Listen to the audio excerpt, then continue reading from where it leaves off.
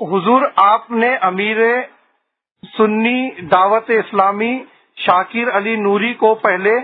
خلافت سے نوازا تھا۔ میں نے خلافت دی تھی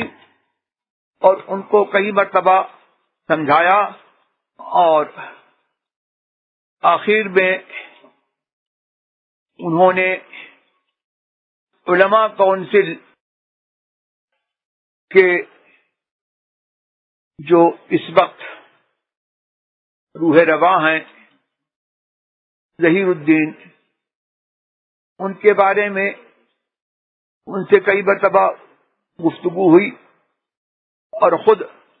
ظہیر الدین اور علماء کونسل کے جو ذمہ دار حضرات اس وقت موجود تھے، اس کو بہت بڑا عرصہ ہو گیا، غالباً 10-15 برس ہو گئے۔ اس سلسلے میں ناگپور کے ایک جلسے میں انہوں نے ان سے بیداری اور سنی دعوت اسلامی کی سرپرستی سے علماء کونسل کے ذمہ داروں کو برطرف کرنے کا اعلان کیا تھا، اور اس کے بعد جب بمبئی آئے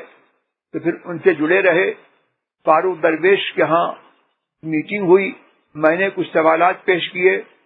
آج تک اس کا جواب نہیں دیا۔ آخری مرحلہ یہ ہوا کہ خود فاروق درویش میرے پاس لے کر کے آئے، اور اس کو بھی 3 یا 4 سال ہو گئے یا زیادہ عرصہ ہو گیا۔ انہوں نے کہا کہ علماء کونسل کے ذمہ دار ظہیر الدین کو ہم سمجھائیں گے، اور ہمارا کوئی علماء کونسل سے لینا دینا نہیں ہے، ہمارا کوئی تعلق اس سے نہیں ہے، اور ہم ان کو سمجھائیں گے، اگر وہ مان گئے تو ٹھیک ہے، 6 مہینے کی مدت مانگی، ورنہ ہم ان کو چھوڑ دیں گے۔ اور اس سلسلے میں ایک تحریر بھی انہوں نے دی، وہ تحریر آج بھی میرے بریف کیس میں پڑی ہوگی، اور مجھ سے یہ کہا کہ اس تحریر کو چھاپا نہ جائے، لیکن اس کے باوجود آج بھی آزاد میدان میں جو اجتماع ہوتا ہے اس میں علماء کونسل کے ذمہ دار ظہیر الدین آتے ہیں، اور وہ اپنی اسی روش پر قائم ہیں، وہابی، دیوبندی، رافضی سب کو ایک کیے ہوئے ہیں، اور ان کے علماء کونسل کا دستور یہ ہے، جس دستور کے بارے میں خود شاکر صاحب نے مجھے مطلع کیا تھا۔ اس دستور کی اہم دفعہ یہ ہے کہ تمام کلمہ گو فرقوں میں اتحاد پیدا کرنا اور یگانگت پیدا کرنا شریعت کے دائرے میں، یعنی وہابی،